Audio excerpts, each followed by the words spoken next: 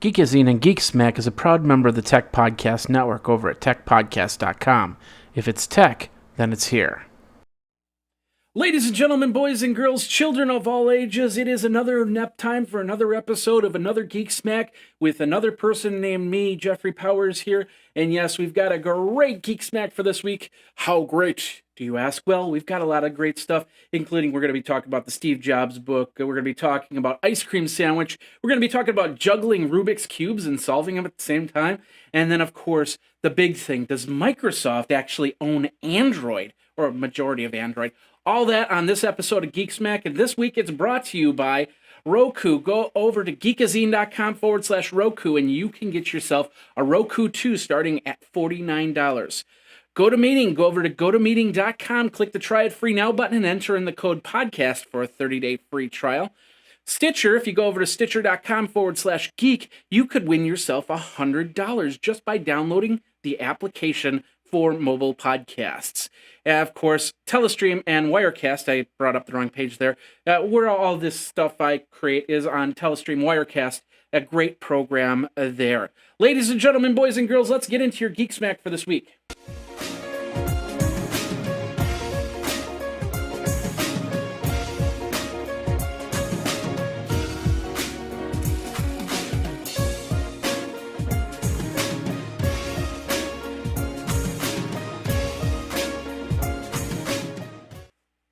Ladies and gentlemen, boys and girls, children of all ages, happy Halloween weekend. It is the weekend of I'm going to straighten that out. It's the weekend of Happy and Halloween, and yes, this is my costume for today. It is the male chimp monkey, and I got this while I was in San Francisco a few weeks ago, and yeah, it's a nice warm hat. I'm just going to bring it up here a little bit so I can see myself here in the camera. How you doing? My name is Jeffrey Powers.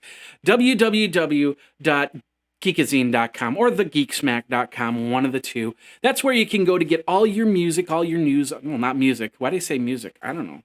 Why did I say music? Anyway, and a whole bunch more. And ladies and gentlemen, yeah, I do have it right here, down here. I just started to read a little bit of it. It is the Steve Jobs book. The Steve Jobs. Look how thick that thing is. It's like War and Peace. War and Peace via Steve Jobs. I don't know, but anyway, this is the Steve Jobs book. I got to this part up in the last week.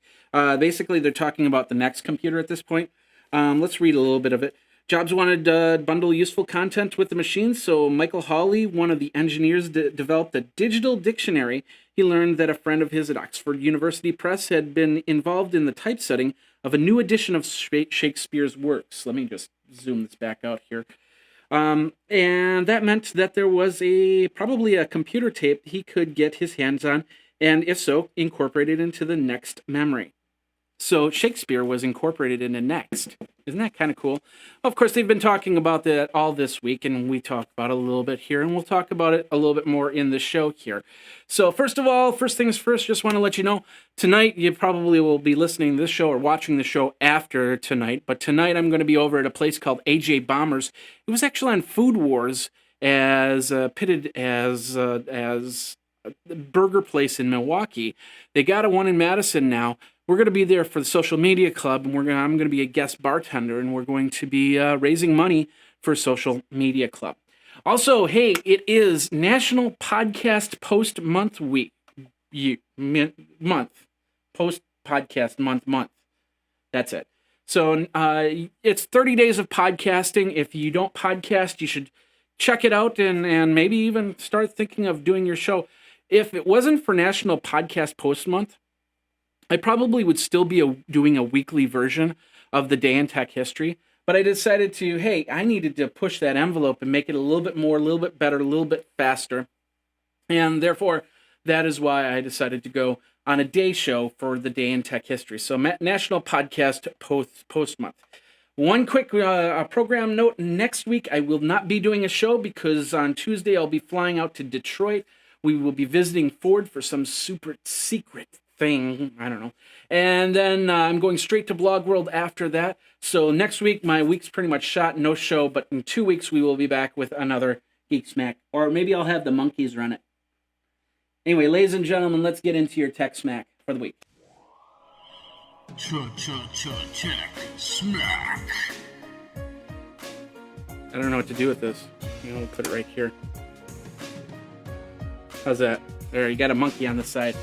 Ladies and gentlemen, boys, we got a monkey, and then we got Steve Jobs, and we got a computer. It's all good. It's all happy in the geek hood. Geek out. This is actually going to be a new phrase here. Geek out. Ladies and gentlemen, I'm introducing it right now. If you want to geek out, this is the letter G in sign language. This is letter G, and this is letter O, so geek out. And I think that's right. Yeah, I'm showing it the right way. So, ladies and gentlemen, it's time to geek out with some tech news. And I don't have the right screen pointed up here, so let's get that going here. I think I got it. We're going to start over at Bloomberg Business Week. Yeah, I played that. Bloomberg Business Week. I'm so organized. What can you do? Of course, the big news, the Apple book, and everybody's been quoting passages left and right and up and down and all around how Steve Jobs didn't like the, oh, that's interesting. Let's do that. How Steve Jobs didn't like the, I forgot. I got, yeah, a little bit of editing. What can you do? How Steve Jobs didn't like Android, how he felt, how he felt towards people that were not, I guess, not superior or something like that. I don't know. He was basically an ASS, and he was nice to certain people, and so you had to catch him on the right day. One of the things he did was and this was no secret, he conditioned Tim Cook to take over the company after he passed on. So it was a 10 years planning, and now it's time to implement the plan. So in the book, they talked about Tim Cook and how Steve Jobs basically gave him some words of direction. And the biggest thing was, don't ask, what would Steve do? WWSJD, I think it would be the acronym there. So, and that's actually pretty interesting comment there, because I'm going to tell you something. I would say, what would Steve Jobs do? But no, reality, he doesn't want you to ask that question, because the reality is, he's got his, Apple, iPad, iPod, iPhone, all that stuff. But he wants you to think outside the Steve Jobs box. He doesn't want you to think inside the Steve Jobs box. I think the reason why is because then 10 years from now, the iPad 10 will be out. And all it will be in an improved processor, more memory, better camera, better sound, better wireless, whatever the wireless protocols will be then. It'll just be an improved version of the iPad. He wants you to think outside the Steve Jobs box and figure out what should be the next thing. Should it be Apple TV? Should it be the next thing? Should it be the iPad? Should it be a foldable iPad? Should it be something, the contacts that you put in your eyes? What? Just don't think inside that Steve Jobs box. And I think that's where that's coming from. That's a pretty good article. It's over on Business Week. Bloomberg part of Business Week, so you can check that out there. All right, going from Steve Jobs to ice cream. I want some ice cream. Ice cream sandwiches debuting on the phone. Yeah. Anyway, we'll take this down. Android. I'll put this right here. Android and ice cream sandwich debuted last week. Of course, happened after Geek Smack the next day, but I wanted to let you guys know that the Samsung Galaxy Nexus is the phone to get with the new smartphone with ice cream sandwich, which is version 4.0 of the Android operating system. And it's just basically going to be coming out very, very soon. They did some stuff. The big thing was the security, the passcodes. They worked it out so so it didn't have to it had a lower security. They didn't recommend that you use the lower security, but they want you, like for instance, I don't really lock my phone, and because I use my phone, nobody gets into my house. I mean, my phone, if somebody was to play on my phone, they wouldn't get too much data. I mean, they'll get some emails and they'll get some stuff, but I don't have passwords. I don't have vital information, so I'm not too big on that, and I'm not in a high security area like somebody trying to hack into my phone. So yeah, that's probably not a good thing for me, but some people like it that way. They don't want that complexity to it, and that's where they're coming from there. A lot of other cool features in Android 4.0, and you can read this all over at thewashingtonpost.com. Speaking of phones, we're going to be talking about Nokia, and Nokia is getting into the Windows Phone 7 game. Of course, we knew about that coming. And the new Windows Phone Mango, which is shaped like a mango, and very, very delicious. I don't know. We talked about Mango last week, if you remember. We talked about the on-screen keyboards disappearing on certain Mangos. But of course, that's all in beta phase right now. But the new Nokia, it's called the Nokia N9, and it's expected to debut soon. And it's got some great, and they're expecting some pretty cutting-edge designs on the whole mobile device. Now, if Nokia can get back on its game, then this is a great strategic move for Microsoft and Windows, because Nokia was the number one phone up until about not even less than a year ago. So there is some good opportunity for Microsoft to take over. Well, it's not like it's not on a pretty good market share already, but take a good chunk out of the smartphone market with Windows Phone 7. Do you use Windows Phone 7? Do you like Windows Phone 7? Do you would you rather use Android? Would you rather use Microsoft? Would you rather? Well, actually, Android, Microsoft. We'll be talking about that later. You know. But anyway, let me know. Twitter me at Geekazine or geekazine@gmail.com. All right. Google has come out with, and Chrome have come out with some new additions to their Google Chrome. This is over on the Google blog.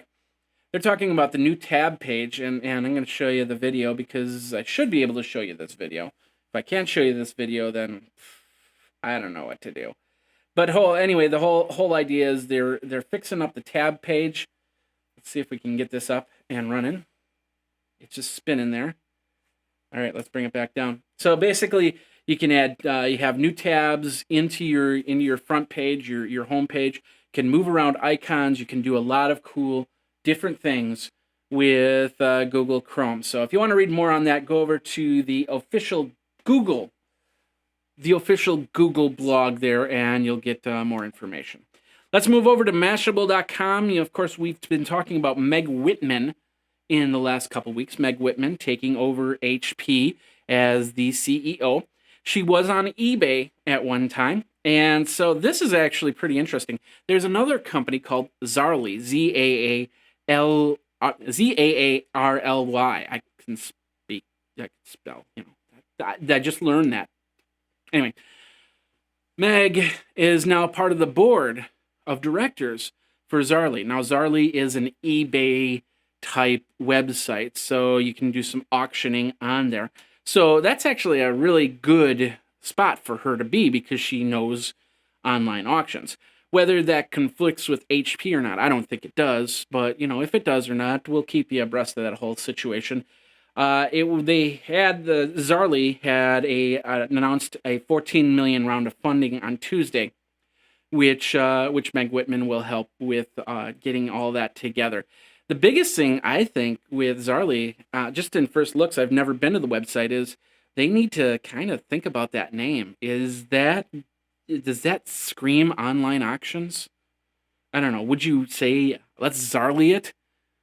Let me know. Twitter me at Geekazine or geekazine@gmail.com. All right, moving on to the Washington Post. 11% of adults now own tablets, and more than half of them read the news. But they don't want to pay, and that's a big issue. Now, we talked about tablets and newspapers about 2 months ago, where they're figuring out ways where they can get you a tablet if you subscribe to their paper, which means that you're paying for the Sun-Times, you're paying for the Wall Street Journal, but you get instead of somebody throwing a newspaper on your doorstep, they throw a tablet on your doorstep every single day. And then if you don't get a cracked screen, maybe one lands in the bushes and you only get a small scratch, then you can read your newspaper. No, that's not how that works. Yeah, I understand. You get the tablet. They give you a tablet. It's poised more towards the newspaper. I don't know if it'll block you from other news articles or whatnot. Well, that remains to be seen. It's just in the planning stages. But this is the way for newspapers to go. I still think it's the way for newspapers to go, is to give people a tablet with a 4-year subscription. That way you have them for 4 years. You already have their money, and they get a tablet as well. We'll see what happens, but this is an interesting article for all you newspaper people out there, and you newspaper geeks. you might want to take a look at this article, because this is definitely going to be how the game changes in the next 2 to 4 years. And if you want people to read free news as opposed to news that you're actually supplying them for a content price, then that's how you do it. So anyway, that's over on WashingtonPost.com. All right, last part of part one here, and that is over on WallStreetJournal.com. Of course, you got to subscribe to get this information. Netflix shares trading around $75 for the first time in 18 months. Now, I did an article a couple weeks ago about how Netflix, after the Quickster thing, how Netflix was basically lost about $200 a share. And they were at $100 when Reed Hastings decided, well, we better move, and we better say Quickster is now Netflix again. So now they've repaired their hole, and people are still not joining up. In fact, there was a significant amount of people that have decided to end their Netflix relationship, go to Blockbuster or Redbox or something like that. Personally, I haven't. I got rid of the DVDs, which I just got an email 3 days ago saying I still have one DVD out. I'm going to watch it and then send it back.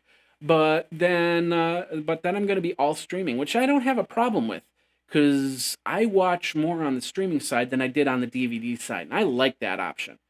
And it seems to have more stuff that I really, I'm getting into. I'm watching Mythbusters, for example, right now. I was watching Sons with Guns. I was watching a couple interesting movies. I'm getting into some foreign movies that are on Netflix, and that's pretty interesting too. So a lot of people are still not happy. I think what they're afraid of is that Reed Hastings is going to have some other harebrained idea, and then all of a sudden Quickster is going to be back, and they're going to have to be paying $20, which I understand. Netflix needs to do something customer related. They need to make people, give a 3 month free, 3 months for free or something like that. For all of us that have been Netflix subscribers through this July through October, maybe we should get a good discount on it. Maybe, give us something that we can say, yeah, Netflix is the bomb again. And then they'll bring back, and then they'll start going back up again. I think trading will go back up to $200. They just need to do it right. Otherwise, some other companies is going to buy them out, and then they're going to take it up to $200. That's the reality. So Netflix, do something for your customers, and you might be back up to $200 by June of next year. Let's think about that. Ladies and gentlemen, you can find that over on WSJ.com, and that is the end of the first part of the Tech Smack. We're going to get you your Geek Smack in a minute, but first of all, we got to do this. We'll be right back.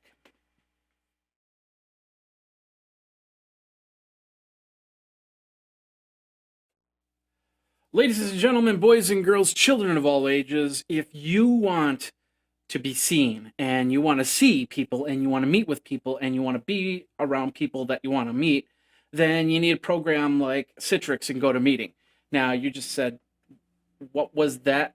How did that work out? I don't understand there. But basically what it is a program that you can use to meet with people anywhere, anytime, with a computer, whether it be a PC or a Mac or an iPad. And with the HD faces, you can actually see people face to face, which is really nice, because then if they're off reading the Steve Jobs book, then you're going, wait a minute, you're reading the Steve Jobs book and you're not listening to the meeting. And they go, okay, well, let me put down my Steve Jobs book. But it's so inviting to Steve. Anyway, the whole point is that, you have a program like a Citrix GoToMeeting with HD faces, so you can actually see the meeting face to face to face. So you don't need to be in the same building all the time. In fact, if you are in the same building with a lot of your coworkers, and maybe the VP needs to go over to, I don't know, Singapore or Las Vegas or something like that, you can still have that meeting on Tuesday at 7 o'clock. Don't take my word for it. Try it now. Go over to GoToMeeting.com, click the Try It Free Now button, and enter in the code podcast. GoToMeeting.com / Try It Free Now button, and enter in the code podcast, and that'll get you 30 days of this great program is in GoToMeeting. You should meet smarter, and meet smarter this way with HD faces from GoToMeeting. Geek Smart Crowd. All right, ladies and gentlemen, boys and girls, yeah, we're done with Halloween. Hey, it is like the last week. If you haven't got your costume yet, well, we can go from there. So what do you go? We go to Thanksgiving. So, ladies and gentlemen, it's time to gear up and go out and go and get yourself some Thanksgiving geek crap. I don't know. Anyway, we're going to start over. And actually, this is a Halloween costume if you think about it. We'll start over at Amazon, the Amazon store there. And, wow, that froze up. Okay, well, I hate it when that happens. There we go. If you want yourself a nice little costume, then how about this? It's called the Raw Turkey Hat. And no, it's not a raw turkey. It's actually made of cloth and nice and plush, it looks like. So this guy kind of looks a little happy, a little concerned, or something. I don't know. Anyway, got an interesting error there. But the whole point is that you got your turkey hat, and you can win that. It's basically $16.20 over on Amazon. So if you are into costuming, then check that out over at the Geek store. Now let's move from there. If you have a mailbox and it looks naked and it's time for Thanksgiving, then why not wrap it with the Thanksgiving magnetic mail wrap? Now apparently these things are magnets. You just slap them on the side of your mailbox. If your mailbox is metal, if it's wood, then of course that's not going to work. But you get into the festivities of Thanksgiving with this really nice mail wrap. So you can check this out over at the Geek store. Finally, it's getting colder. And because of getting colder, we're going to have snow on the ground. And with snow on the ground, you're going to start skiing. You're going to start doing some outdoor activities. And the sun's still going to be out. And you might need a pair of shades and a pair of headphones to go with your skiing or your cross-country skiing or some other activity. Well, over at Firebox.com, they have a pretty cool thing. It's called the Dragon DX Skullcandy Goggles. Now, take a look at this. They're a pair of goggles. They have a polyurethane glass shell, and they are anti-fog resistant. So you don't sit there and wipe out the insides of your goggles. It also comes with the headphones. Now, that is 99 pounds and $99.99, and I think that's about $150 in US dollars. So, and of course, if I clicked on this, it could show euros and US dollars right here. But actually pretty cool. Yeah, about $159. If you are into the cool, I'm going to get myself a Snow Bunny uniform and stuff like that, then that's the way to go. And that's over at Firebox.com. And ladies and gentlemen, that is your Geek Smack Crap, your Turkey Smack Crap for this week.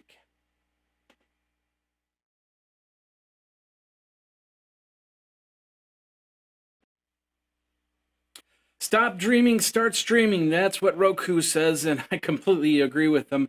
The Roku 2 is like the cat's meow to anything for live streaming any kind of content, whether it be your Netflix, your Amazon, maybe this show, possibly this show, and a whole lot more. And that's the beauty of Roku.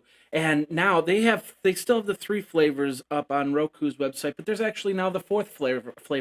For as little as $49, you can get yourself a Roku over-the-top television system, so you can stream direct to your TV, your Netflix, your Hulu Plus, the Tech Podcast Network, Twit, Coldcast, you have Fast Pitch, HBO Go is coming to the Roku, and a whole lot more. You got a lot of great options. It's a great little box, and I use it all the time. When I watch over-the-top television, when I'm upstairs relaxing, I'm watching it on a Roku because I can access the stuff. And then every now and then I can just play some Angry Birds. That's at the $99 level, but you do have that option to get that. So prices start at $49, so it's a great holiday gift. So go over to geekazine.com/Roku. Of course, that's going to help Geek Smack and all the Geekazine properties. Geekazine.com/Roku.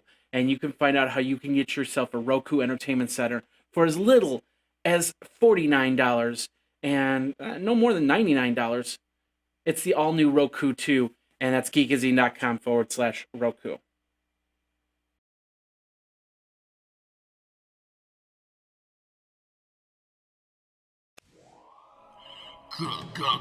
Geek Smack.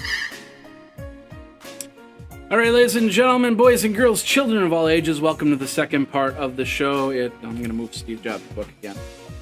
This is, and I'll have a link so you can get your own Steve Jobs book. They also have an audio cassette, and of course Kindle if you want a Kindle. iTunes has it as well. So, but anyway, we're going to get in your Geek Smack part of Geek Smack. And did you like how I did the little hacker? Anyway, ladies and gentlemen, let's start over at, where are we going? We're going over to ubergizmo.com.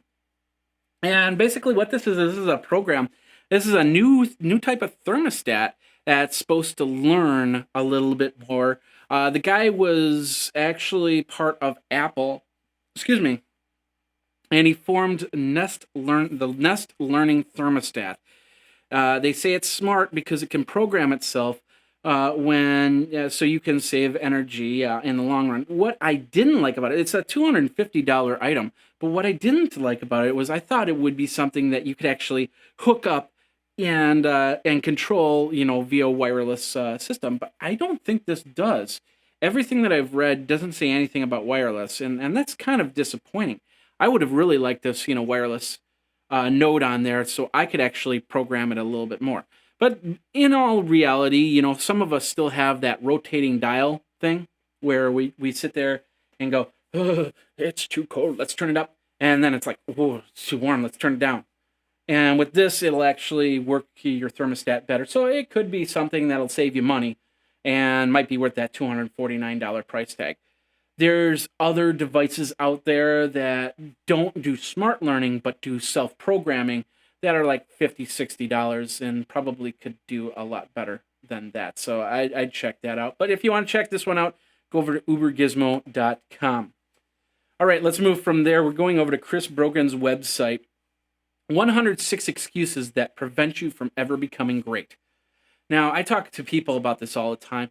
I'm not an expert blogger. I'm not an expert web designer. I'm not an expert podcaster or videocaster for that matter.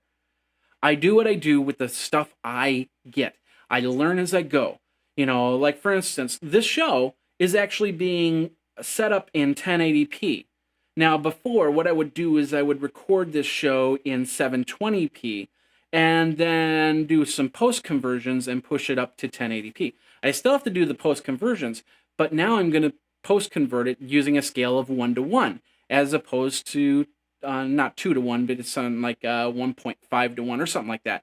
The whole idea is I don't lose the look and feel that I have right now from the original recording. I'm just make some small touch-ups and then I reprocess it so it can be an MP4 format so it's a little bit smaller in size. With that said, I learn as I go. And people say, well, you're an expert at doing it. I get emails all the time of people saying, how do you do what you do? Because it's so cool. And it's like, I learn. Somebody says, hey, have you done this? And it's like, no, I haven't done this. And I learn it. Or I relearn it. And that's the other cool thing. Yeah, I was on a Google Hangout the other day and people were saying stuff that it's like, yeah, I already know how to do it. But then I thought to myself, why didn't I implement it? Because I've known about it for years. They're just re-reminded. So this is a great article for all you Chris Brogan geeks, all you social media geeks out there. Read this article because it's a rare guest post from a guy by the name of Tommy Walker. He's an online marketing strategist. So read through this, and I'm going to read it a couple times just to get it soaked into my brain here. And don't fall in the 106 excuses, or else you're going to be where you are 5 years from now. That can't be cool. Or could be. I mean, if you're the president of the United States and you're there 5 years from now, then that's pretty cool. But if you don't feel that you're in a cool position, then time to move. And that's over on Chris Brogan's website. Speaking of websites and people that I know personally, congratulations to Ben Heckendorn. He's decided that, okay, it's time to actually turn around and create his own line of pinball machines. Now, Ben Heckendorn, who has a show called The Ben Heck Show, we actually did an interview with him back at the Midwest Gaming Pinball Classic. He lives about 2 miles down the road from me.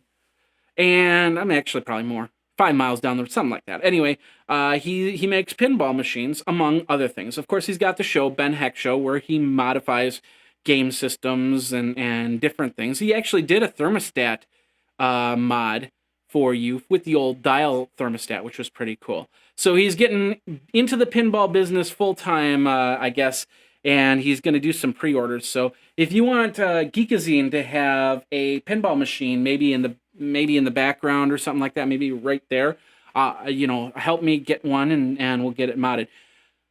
Ben's first pinball machine is going to be a zombie pinball machine, and it's going to be hand done, every single one. So they're going to have some sort of, they're going to have high quality to it. And of course, it's all going to be done with Ben Heck and Ben Heck's team. So congratulations to Ben Heck. If you want to read more on that, go over to Engadget.com. If you are a geek of the 3DS, they came out with this brand new little add-on for your 3DS. It's so you can play things like Mario Kart 7 a little bit better, or with a little bit better feel. And basically, it's a set of not handlebars, but a wheel. That's what I was trying to think of. Little wheel device you snap on the back of the 3DS, and you have a little bit better grip. Of course, your thumbs are still free to use the buttons if needed, and you can check that out. That's over at TechCrunch.com. There was a price on it, I think. Nope, they didn't say the price on that, but you'll have better control of it. Here's all the pictures. Of course, if you go to, oh yeah, there it is, $17, so it's actually pretty cheap. You can check that out over at TechCrunch.com. All right, going from there over to Geekaloogie. I showed this on Google Plus. If this is true, then I feel sorry for this person. Apparently, they went in the British lottery, the Euro Millios or whatever. I don't think that's British, but anyway, they went and they read the numbers. Look at the numbers, and then look at the numbers on the ticket. Yeah, all one number off. Now, if this is Photoshopped, it's a good Photoshop. Of course, it's not that difficult to create that Photoshop. But if it's real, then I feel really sorry for that person. So my question to you is this real or is this fake? Let me know. Twitter me at Geekazine or geekazine@gmail.com. Of course, go over to geekaloogie.com. We're going to stick on Geekaloogie because there was another thing here. It's the Pixar's Hopping Lamp Halloween costume. If you do need one more Halloween costume, of course, if you go over to Geekazine's Twitter, you'll see that I've been suggesting some Halloween costumes. But I saw this as an animated GIF on Google Plus first. And, whoops, that's not the button I wanted. Let's do that. Whoops, I did it again. I'm brain dead. Let's do that again. Third time's the charm. So basically, here you are as the Pixar lamp, hopping around, looking around, and going from there. That is a very, very inventive video. And that's over at geekaloogie.com if you want to check that out. Just so you know, my Halloween costume, that's why I'm growing the fuzz here, is as the band we're playing, and I'm actually going as Walter from Big Lebowski. That's the name of the Big Lebowski. So our lead singer, guitar player, Troy, he looks a lot like the dude. In fact, a lot of people call him Dude. So he's always dressed up like that. And we've done some different costumes over the years, but it's kind of cool. So I'm going to be Walter with a big beard, I guess. So you can check us out if you're in the Reedsburg area. That's where we're going to be playing. But that's why I'm kind of growing a little fuzz on top. It'll all be taken off by Sunday because I can't stand this stuff, especially up top here. So, anyway, last part of Geek Smack side. How would you like to solve the Rubik's Cube? I can solve the Rubik's Cube, but can I solve the Rubik's Cube while juggling? I can juggle, and I can solve the Rubik's Cube. This guy can do both. And check this out. There he is. He's juggling away. Now look at it. He's only got 2 Rubik's Cubes that are solved and 1 that's not solved. And he does a one-hand juggle, which is actually, it takes a lot of thought just to juggle. But here he is trying to solve the Rubik's Cube. And it's actually pretty cool. There's a lot of sound on that and so on and so forth. You can check all that out over at device.com. Of course, he's up on YouTube, so give him a hey, yay, and subscribe to his channel. Of course, you can also subscribe to Geekazine's channel. It's youtube.com/Geekazine, by the way. And that's over on device.com, so check that out. All right, ladies and gentlemen, boys and girls, children of all ages, looks like we're doing okay on time. But we are at the end of the Geek Smack section, so thanks a lot for watching. We're going to get into your main section, the big thing, the real question, and that is, does Microsoft own Android? And that's the big question on a lot of people's minds. The answer is technically no, but we'll get more into it in a second here. We'll be right back on Geekazine. Of course, we support Stitcher and Stitcher.com because they got a great program over there. You can listen to your podcasts like the Geekazine, Geek Smack Show, The Day in Tech History, and a whole bunch of other podcasts on the go through your mobile device, whether it be an Apple device, whether it be an Android device, whether it be a BlackBerry device, whether it be a Web OS device. You've got multiple options and a great program in Stitcher. Plus, they have a whole lot more over on Stitcher.com. But the cool thing is you can win yourself $100. How do you do that? By going over to Stitcher.com/geek, Stitcher.com/geek, and that will get you an entry once you put in the promo code GEEK, and then, of course, enter in your email address, and that'll get you an entry into the chance to win $100. And they draw $100 at the end of each month, so it's a pretty cool little device. And even if you already have it, go download it again and win yourself $100. That's over at Stitcher.com/geek, and of course, that helps the Geekazine podcasts and Geek Smack. So check it out and become more mobile with your podcasts on the go with Stitcher.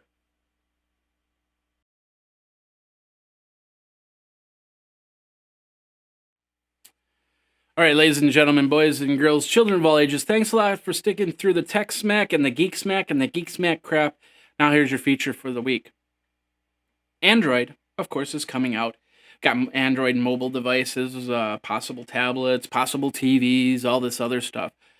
But the innards on something like that are usually come through, whether they own Android, Google owns the patents, or they come through technologies that they have to kind of pay somebody else for. And this is not a new practice. I mean, your computer from 10 years ago, the floppy drive, somebody had to pay to somebody who owned a patent for the royalties for making a floppy drive. So every $2 to $3 of a floppy drive, or $1, depending on the price, a percentage of the price would go to somebody for the floppy drive, for the hard drive, for the video cards, for the memory inside. People own patents, and yeah, so now we're getting to an age where some of these patents start to expire, and so they become open source, I guess you could say free source, or until somebody can figure out a way to repatent it. I don't know. I'm not into the patent game. I'm not a patent lawyer, so yeah, I know a little bit about it from what I've learned in talking to people about patents. But the reality is, there's a lot of patents out there that you can't live without, and especially in the smartphone market. Now, we've talked about this for months, and we've talked about companies buying patents from other companies. And when somebody like HP makes a purchase of Palm for an ungodly amount, there's got to be some reason why. And usually that's because there's a patent in there that makes them a lot of money, not only for the devices that they put out, but also the devices that other companies put out. Like, for instance, the ability to touch a screen and move something around, there's got to be a patent for it somewhere. The casing on an iPhone or an iPad, there are some design patents out there. We talked about on the Day in Tech History of just a few days ago when Atari came out with the first cockpit patent, and that was back in 1975. So anybody that made a game that was a cockpit-style game, they have to pay, every time they sell it, they have to pay a royalty to the inventor of that patent, as long as the patent is still active. That's what's happening here. Microsoft has a series of patents that is in Android, and if you took it out of Android, Android wouldn't have the power, the flair that it really needs to go from there. Of course, on the same aspect, there's probably a couple patents from WebOS or Palm that incorporate into the Android, and there's probably a couple patents from Apple that are in the Android as well. Just like there might be a couple patents, couple ideas that are in the Android that are also in the iPhone, that Apple might have to pay Palm for, and might have to pay Microsoft for. It's not a new game, but a lot of people are saying, wait a minute, that means our open source goodie here is not really open source anymore. We end up having to pay somebody.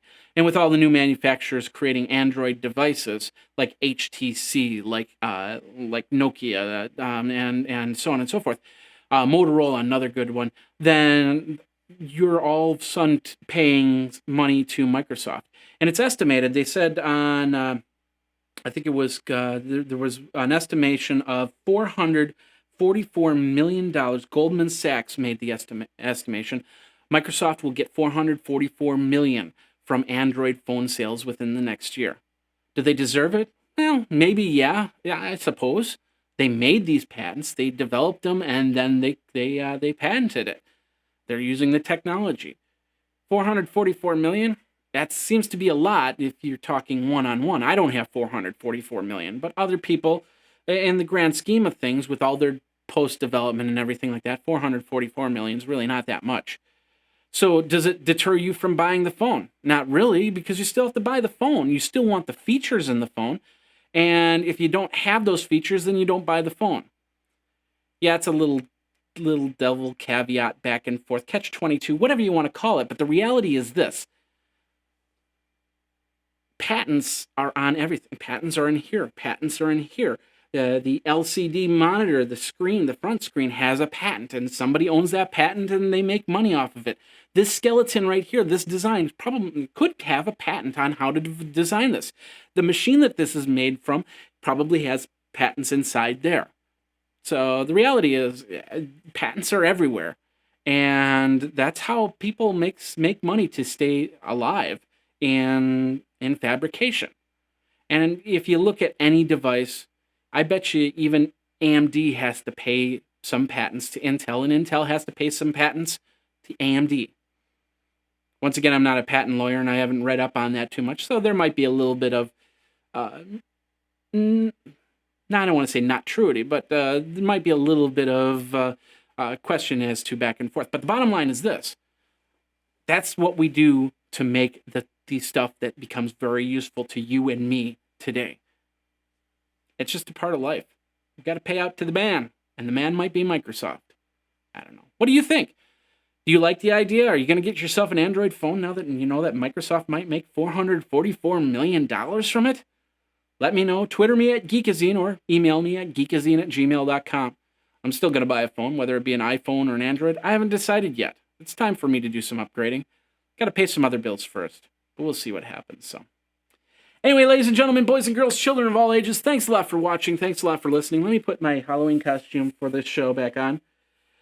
My name is Jeffrey Powers. You can get me at Geekazine, www.geekazine.com. Of course, the podcast, The Day in Tech History, is over at dayintechhistory.com. We've got the Geekazine podcast. No show next week because I'm going to go to Detroit and we're going to talk with Ford. So I'm probably going to have some videos afterwards. We'll see what happens. I don't know. It's all secret, so they haven't really told me anything. But then off to Blog World, I will definitely have some video of Blog World up in the special media feed, so you can check that out there. Geekazine's under a Creative Commons no derivative license, so that means you can share it with your friends, you can share it with your friends' friends, your friends' friends' friends, and your friends' friends' friends. But if you start charging them, you got to give me some money. That's my patent. Well, it's not really a patent, but it's an intellectual property thing. So, but anyway, you can share it, give it to them for free, let them know about the show, and then come back in 2 weeks, for the next episode of the Geek Smack by Geekazine. My name is Jeffrey Powers. Thanks a lot for watching and listening, and take care. Take care. Did I say take care? I meant take care. Take care.